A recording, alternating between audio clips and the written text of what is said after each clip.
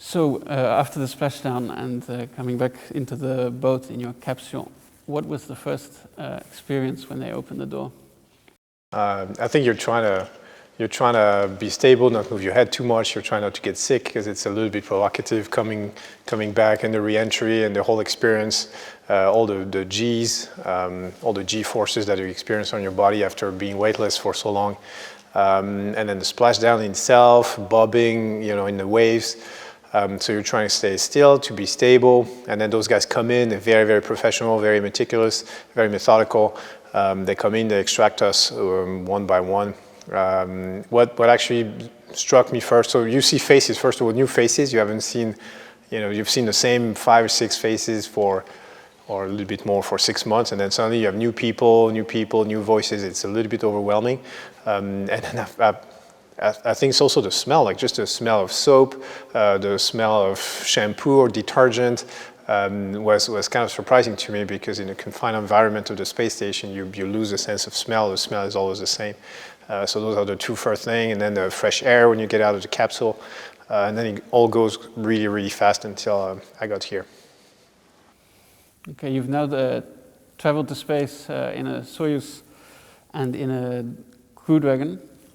How is it different to land in the steppes of Kazakhstan or in the water off the coast of Florida?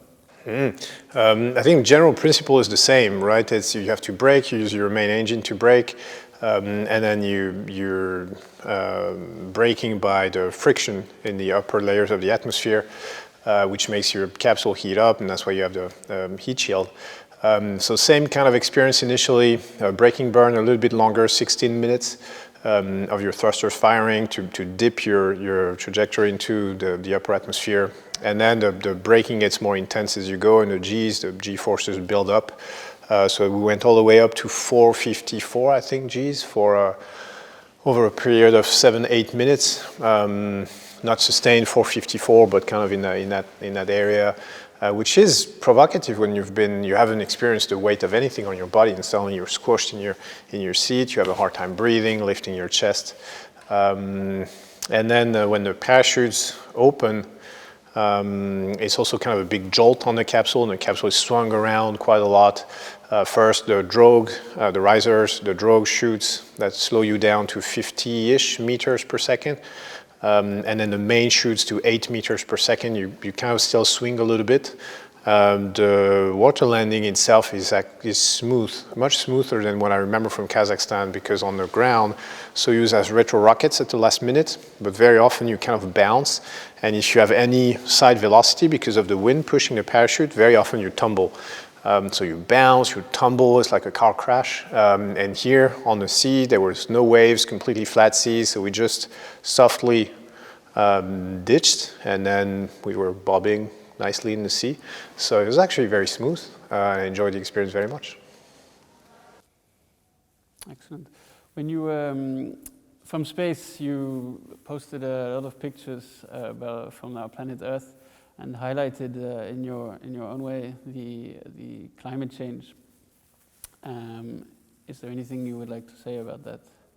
I think it's a different experience. The first time you look at the beauty of the Earth, and then you start looking at more of the fragility and more of the negative effects of the human presence. But the second time, you kind of know what to expect and know what to look at.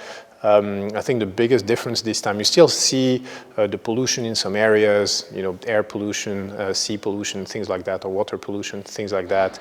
But what we really did see much more this time is the extreme weather events, tropical storms, lining up in the Southern Ocean, as one was making landfall, the other one was already forming in the Atlantic Ocean, which is kind of a scary thought, a scary sight. Wildfires over the course of the entire summers. Entire regions were covered in smoke and ashes, which was very, very impressive to see from the space station. So those events we know are linked to climate change, and we witnessed a lot more. It was in summer this time, winter last time, but still we witnessed a lot more of those events this time. And I think the frequency and the amplitude is increasing, so that's definitely worrying, and hopefully we can do something against it in the near future, rather sooner than later.